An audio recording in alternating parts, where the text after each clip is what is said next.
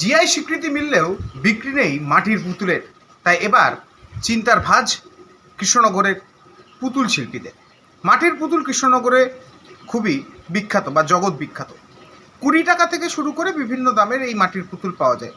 ঝুলন পূর্ণিমার মধ্যেও কোনো রকম পুতুলের বিক্রি নেই। আর এই পুতুল বিক্রি না হওয়াতে এখন রীতিমতো সংসার চালাতে পারছে না এই পুতুল শিল্পীরা বা মৃৎশিল্পীরা। নবপ্রজন্মও এখন এই শিল্প থেকে বিমুখ হয়েছে। শুধু তাই নয়, এই কেউ কেউ দিনে বউনিও করতে পারছে না, কিংবা কোনো দিন 200 থেকে 250 টাকা হচ্ছে বেচা কিনা। সরকারের কাছে বিনম্র নিবেদন, তাদের দিকে মুখ তুলে চাক রাজ্যের নতুন সরকার। না হলে জিআই স্বীকৃতি দিয়ে হবে না, কারণ এই মাটির পুতুল এখন রীতিমতো না বিক্রি হয়ে ঘরেই নষ্ট হচ্ছে। এইসবগুলোই বিক্রি হচ্ছে। এই যে ফিগার, গ্রাম পরিবারের সেট, বাউলনি, কীর্তন সেট, আদিবাসী সেট, এইগুলো বেশি বিক্রি হয়।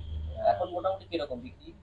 এখন খুব কমে, যে কালকে বিক্রি করেছি 300 টাকা, 270 টাকা, আজ বউনি করিনি। এবার চিন্তা এইখানে সব বসে থেকে, ওই যে বললাম মানুষের অতটা ইয়ে নেই, কারণ নানান ধরনের মডেল বেরিয়ে গেছে তো, কাঁচের, স্টোন ডাস্টের, ফাইবারের, এই সমস্ত দিকে ঝোঁক। প্লাস্টিক, এখন মাটি ভেঙে যাবে বলে প্লাস্টিকের দিকে যায়, প্রচুর প্লাস্টিকের মাল বিক্রি হয়।